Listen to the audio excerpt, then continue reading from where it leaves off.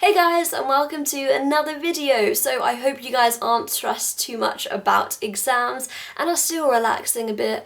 I'm currently in the middle-ish, I don't know if it's even the middle to be honest, but it feels like the middle of exams, and kind of prepping myself for the exams that are yet to come because I've got loads in a really short space of time, which is awful.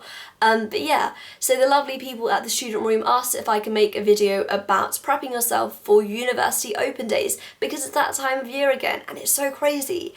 Like genuinely, it's so weird how, I was going to open days this time last year and a whole year has passed and so much has changed and it's just really weird basically.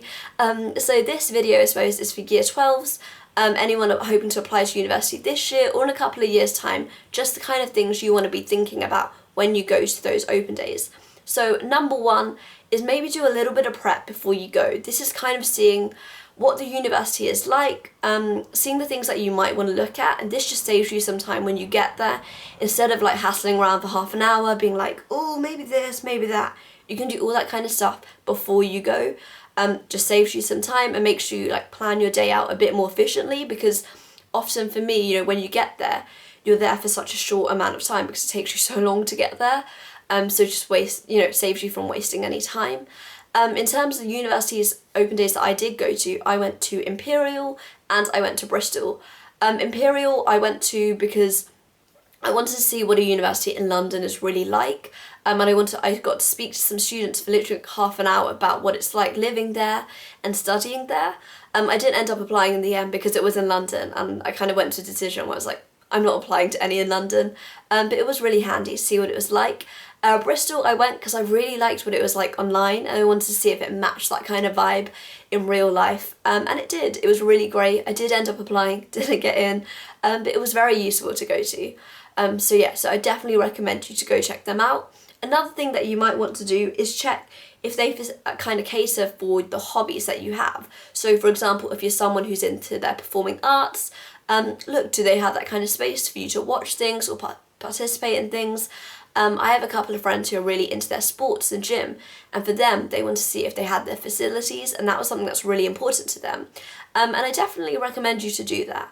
If you're someone who, yes, you might want to be taking on new skills at university, but you might want to maintain your older ones, see if they have the facilities for you to continue that on, because you're there for 3 years. If you want to keep something up, make sure that they have the stuff there for you to do it. Another thing is accommodation, which is really important. If you're living in halls of residence, it's really important because you're going to be there for like 3 years minimum. You want to see what it's like. And if you're someone who's a little bit more fussy, for example, about whether it's an ensuite or what the kitchen's like, or what the bed's like, what the room, how much space, all these kinds of things, going and checking it out is really important. I got to go to Southampton to little accommodation day a few weeks after my interview, and this was really great because I went with a friend, and there's a fairly big difference in accommodation. Some of them are really new and really nice, some of them are a bit older, and especially because accommodation can be quite expensive as well. You want to make sure you're getting the one that you really want.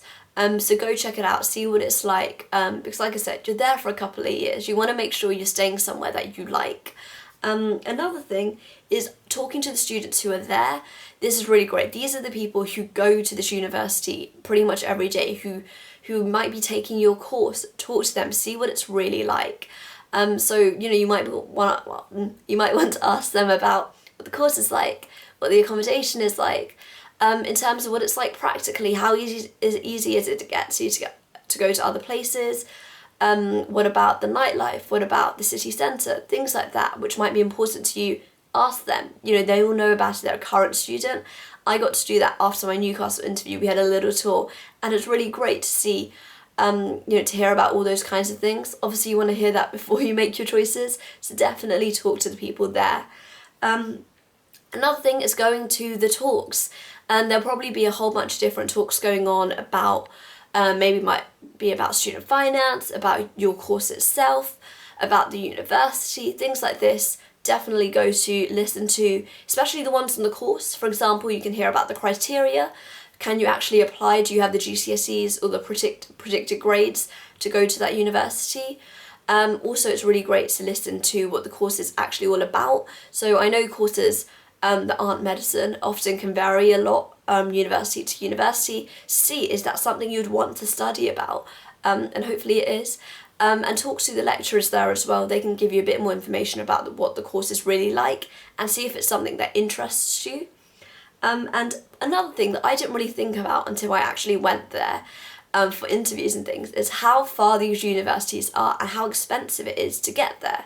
So with Newcastle and Manchester, I didn't realise how far it would be and how long it would take. You know, it took a fair long time, and also in terms of money as well, it's quite expensive to travel in, you know, up there and back. If you're someone who's hoping to come home every 2 weeks, every month, I don't know, it's up to you. Think about how practical it is for you. For me, I would have had to take a train into London, then take another train, which is quite expensive, up to, you know, Manchester or Newcastle, and that took a couple of hours as well.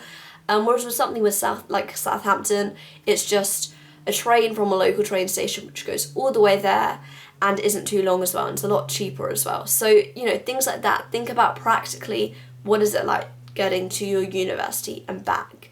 And those are my kind of tips before you go to the open day and what you do there. In terms of what you need to bring, if you want, you can bring a book. I know some people like to make notes, and that can be quite helpful, the good bits, the bad bits. So when it comes later on for making the choices, you know what you saw and what you didn't like. If you don't like making notes on a book, maybe on your phone. That's what I tend to do. It's just a lot easier, and I worry that I'm going to just lose a piece of paper. So on my phone, you know, I have everything, what I liked, what I didn't like, what the criteria was, what the course is like, things like that, that you can think about later on when you're making those choices. Also a map as well. Sometimes when you sign on for these open days, they will give you a little confirmation email and a map. And this can be really helpful because when you get there, you might get a little lost. In fact, you probably will, because I know what I did, because universities are just so, like, it's really tricky to find everything. So definitely a map can be quite useful for when you get there. And to people who aren't going to open days, do not worry, that's not a massive issue. If you feel like, oh no, I can't go to it because it clashes with something else, don't worry, because there is so much information out there online. For example, on YouTube itself, there are loads of students of particular universities who make videos. Often they might make videos about what it's like to be a student of that university, to study that course. What I really liked watching was room tours, because you could see what the university's accommodation was like, and it was nice to be like, oh, that could be my room, and I could do that with my room, things like that. It's nice to see. And also universities themselves have so much information on their websites. I think Southampton have like 360 degrees little like interactive videos, so you can see what the accommodation and what the site is like itself. Really useful. So yeah, I hope this helps you for people going to open days. Just a couple of things to think about. And if you can go, I definitely recommend you to go, because it gives you a good feel for it. You know, see if you like this place, because you could be there for 3 years to like 6 years, a long time. So yeah, I hope you enjoyed this video. I hope, you know, exams aren't going too badly. Don't worry yourself too much about it, just work hard, and hopefully it all works out. And in terms of my social media, check me out on Twitter @_ManishaP, or on Instagram @_ManishaP. I hope you're all doing well, and I shall see you sometime soon. Bye!